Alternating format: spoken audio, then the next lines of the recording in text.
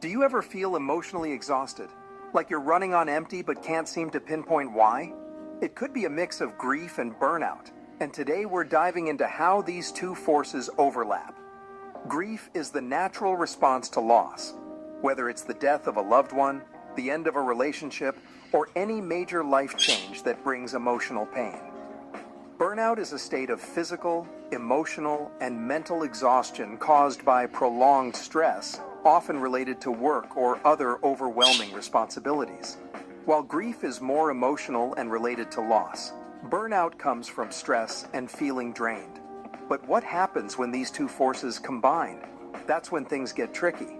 When grieving, you feel emotionally drained from the weight of the loss, and burnout creates a similar sense of exhaustion from being overextended. Together, they leave you feeling completely spent. Grief and burnout can lead to emotional detachment or withdrawal. With grief, it's common to feel disconnected from the world around you. Burnout causes the same sense of detachment, as if you're just going through the motions of life without really being present.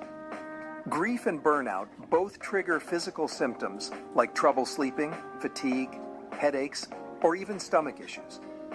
The physical toll can be one of the first signs you're dealing with both. When you're burned out, your brain is foggy, and you struggle to make decisions.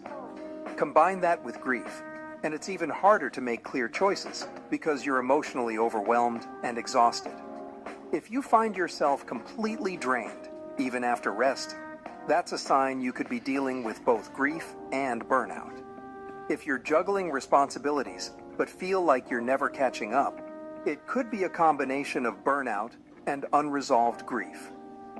When you feel disconnected from people, activities, and even yourself, it's a sign that both grief and burnout are at play.